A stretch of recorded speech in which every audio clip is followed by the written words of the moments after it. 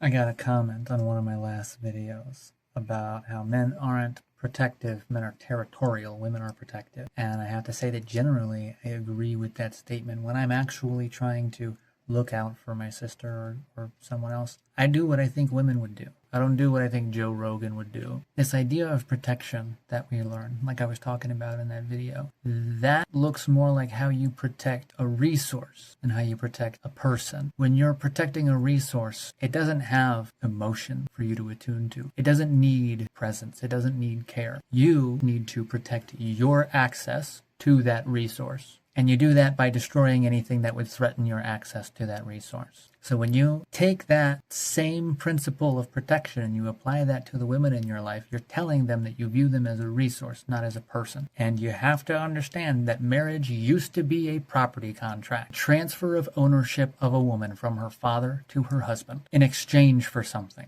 That's why fathers protected their daughters the way that they did. They needed to keep their resource value as high as possible so they could get as good of an exchange as possible for them. So when you treat the women in your life like they are a resource that you are guarding, they see that and they recognize that. They don't feel safe. They don't feel protected. They feel controlled. Thank you for the comment.